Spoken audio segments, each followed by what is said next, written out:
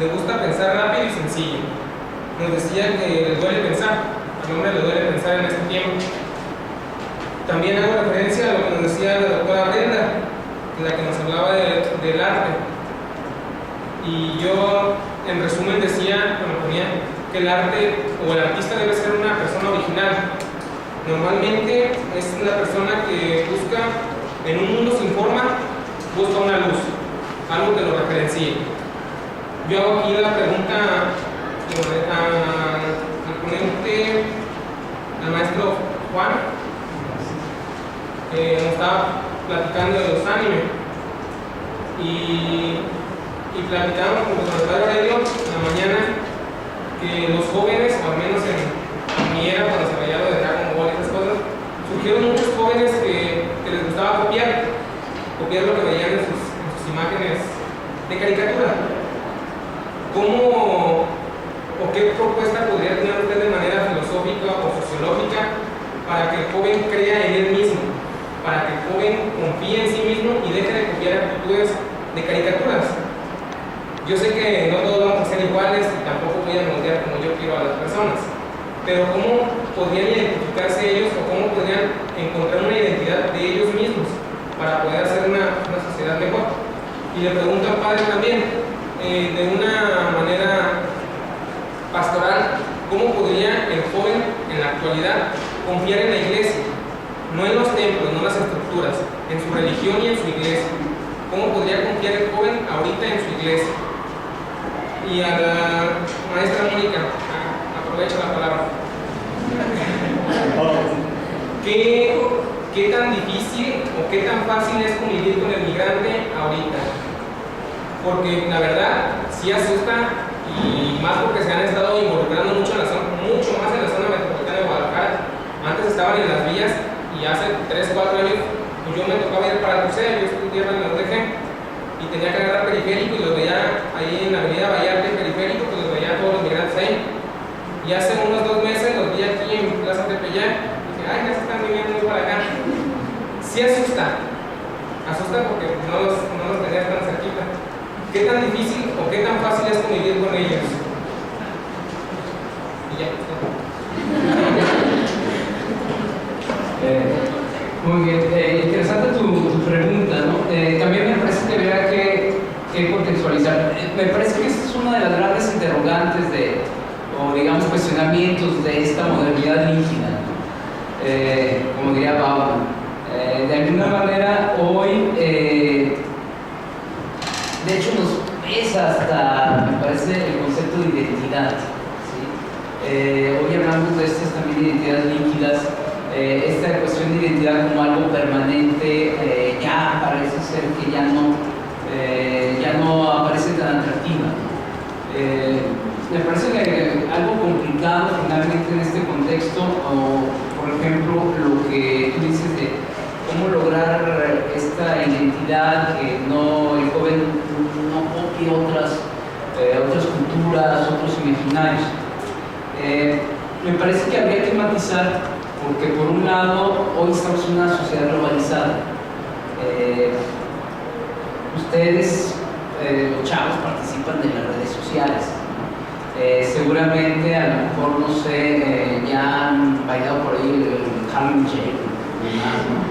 A lo mejor ya lo han subido un video. Entonces, finalmente, ¿qué es lo que está sucediendo? Ya hay una gran permeabilidad entre las culturas. Hoy me parece que sí es muy difícil hablar de identidad como se hablaba en otros momentos, en donde había como hasta esta idea de identidades muy precisas, ¿no? Entonces, me parece que habría que matizar. De hecho, no podemos no estar influidos, me parece, por otras tradiciones culturales, y más porque vivimos en una sociedad de la información. Tendríamos que desconectarnos, tendríamos que apagar el internet. No sé si alguno de ustedes se anima a apagar el internet. Parece que se volvían locos o dejen de tuitar, ¿verdad? Ya no utilicen el Twitter, ya no accedan al Facebook, en fin, ¿no? Y entonces yo creo que se volverán locos, empezarían las neuroses.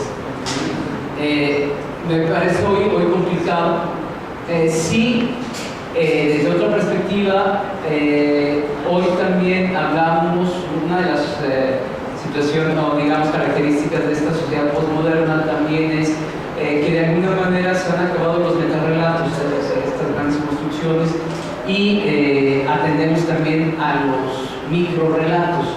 Hay una recuperación de las pequeñas historias. Y desde esa perspectiva también ha habido como respeto a ciertos universos culturales. Por ejemplo, cuidamos mucho las culturas indígenas y demás. Entonces hay una mediación. Me parece que desde esa perspectiva los jóvenes tienen que, ya de disculpar, le pido una disculpa al maestro Jesús Arturo Navarro Ramos porque luego voy a echar carrilla, pero tengo que hacer mención al doctor Mauricio Bruchón y su propuesta de la hermenéutica analógica. Pero me parece que la propuesta del doctor Mauricio y su hermenéutica analógica es el punto medio. ¿Sí? Me parece que en esto, yo diría, habría que estar en el punto medio entre, sí, somos globales, pero también estamos atentos a estos también pequeños relatos. O sea, no podemos perder identidad, pero tampoco podemos estar en un lecho y desde ahí construir. En mi vida inútil pero divertida he estado un tiempo trabajando en zona Ore y Chola, ¿no? Y recuerdo que alguna vez un gobernador de Santa Teresa, que es un pueblo Cora, me decía: ayúdenos, porque ellos veían la necesidad de incardinarse ante el resto de México, pero por otro lado tampoco querían perder identidad. Me parece que esto se puede trasladar a lo que tú dices.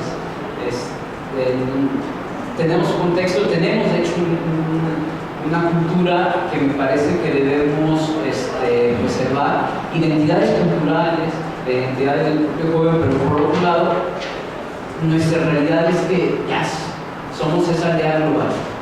Estamos ya en un constante intercambio, no lo podríamos dejar. Me parece que habría que matizar, estar en un punto medio, y si bien conservar elementos que son preciosos de las culturas, esto puede ser la identidad del propio joven, por otro lado, la realidad es que también nos vamos a ver influidos. Y yo diría estar en eso, ¿no? Lograr ese punto medio que solamente se logra a través de un proceso de reflexión y concientización. De lo que tú decías, yo quería, ¿no? Desde la perspectiva filosófica, yo diría: sean críticos, reflexionen, vean que pueden asumir una cultura que conservan de la suya. Me parece que un proceso de un acercamiento crítico a la realidad es el que podría servir para responder a lo que tú dices. Por un lado, conservar la identidad, pero sabiendo de que estas identidades de hecho son construidas a través de mucho intercambio.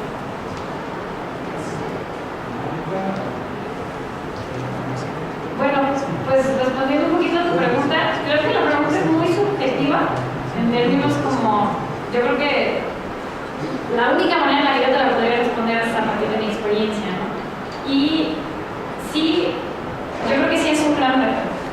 No asustarnos es un gran reto, porque en primera vivimos una cultura de miedo. Y la verdad es que yo creo que sí estoy como muy joven para entender otro tipo de violencias y otro tipo de contextos en el que se han vivido antes.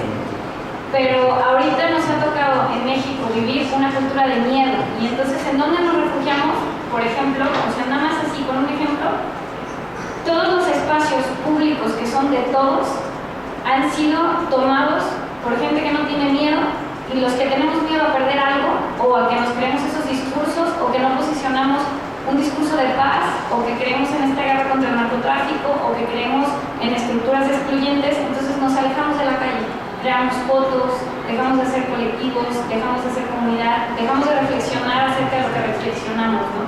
Como la propuesta que te decías en la mañana, que duele pensar, duele reflexionar, porque te das cuenta que está siendo incongruente, te das cuenta que está siendo muy inhumano, te das cuenta, y eso se me hace normal, y creo que hay que reconocer que la regamos, reconocer que tenemos actitudes que discriminan al otro, ¿no? Entonces yo creo que en primera reconocer ese miedo, y aquí la verdad es que estamos en un pleno que impulsa el ISCA y tiene que ver con cuestiones religiosas, y yo ahí sí le apostaría a la imagen de Jesús, ¿no? Y soy católica y no soy fanática ni mucho menos, pero la verdad es que Jesús tiene una postura revolucionaria, ¿no? Y tiene una postura que le implica tener que ver al otro como persona, independientemente que tenga lepra, independientemente de estos estatus culturales en los que el feo pues hay que tenerle miedo y nos va a robar, ¿no? Entonces yo creo que dar ese brinco en términos de sociedad y aprender a reflexionar acerca de eso, yo creo que es un primer paso. Y por eso la verdad es que también la organización está construida en términos de vinculación, porque queremos construir espacios de diálogo en el cual el otro se dé cuenta también de lo que está haciendo o de lo que está dejando de hacer para que el otro se excluya, se discrimine y esté en las condiciones en las que está, ¿no? Y yo creo que ese es el primer paso. Y el segundo paso yo creo que sería identificar formas de acercarnos al otro, ¿no? Y eso implica que tal vez puedas en primera reconocer tu miedo y decir, bueno, ¿qué voy a perder si el otro me hace algo, ¿no? Inclusive quitar nuestros discursos violentos para poder acercarnos al otro como un entorno más amable y humano y dejándonos las condiciones socioeconómicas, ¿no? Y una forma en la que nosotros pues proponemos un poco de que la gente se pueda acercar y que no tenga miedo en los semáforos y en los cruceros es que tal vez pueda traer algo de alimento, unas botellas de agua o algo, ¿no? Un migrante nunca te va a negar la comida o el agua. Tal vez algún otro tipo de población sí lo haga y entonces en ese momento tal vez podrás reconocer otras dinámicas, ¿no? Pero un migrante nunca te lo va a negar. Entonces, si tú te acercas, y no sé, la verdad sí voy a retomar un concepto que dijiste ahorita, las microhistorias. Cada una de las personas tiene una historia y esa historia es la que te puede cambiar a ti. Entonces, si tú te acercas como buscando estrategias, porque sí, la verdad es bien difícil quitarte el miedo, pues entonces podrás igual animarte a que te cuenten algo y que digas, no, si yo viviera eso, la verdad estaría muy gacho que me discriminaran, no me golpearan, no me hicieran algo, ¿no?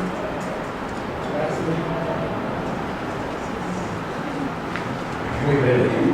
Nada más, una de las características de esta cultura de la posmodernidad es que se ha cambiado toda esta lógica de la época de la modernidad, de Descartes, pienso y luego existo. Hoy más bien es siento y luego existo. Las culturas de hoy, a la gente de hoy nos gusta más sentir que pensar. Por eso es que nos trae tantos conflictos. Mira, yo creo que lo que nos surge hoy como iglesia, por lo que tú preguntabas, es que tenemos que especializarnos y tenemos que profesionalizar más nuestro trabajo.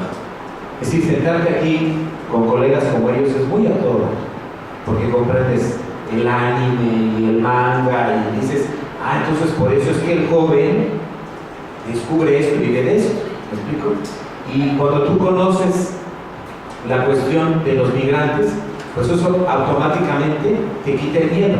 Entonces lo que nos ha frenado en el trabajo y de que la juventud se acerque a la iglesia es que no nos hemos dado a la tarea de conocer, de investigar. Entonces queremos a todos unificar y queremos que todos en la parroquia sean del grupo juvenil y no les ofrecemos ofertas religiosas o compromisos sociales. Por ejemplo, si tú no te acercas a la parroquia, pero estás metido trabajando en el proyecto de migrantes, mi hermano, no tienes por qué acercarte a la parroquia. Ahí estás construyendo el reino de Dios. ¿Me explico? Y desde ahí estás siendo un hombre de fe y un hombre de iglesia. Eso es lo que nos surge, proponer ofertas y prácticas pastorales donde se haga presente el proyecto y el reino de Dios, donde lo que más surge es la solidaridad, el respeto y la dignidad de la persona. No todos tienen que irse a la iglesia.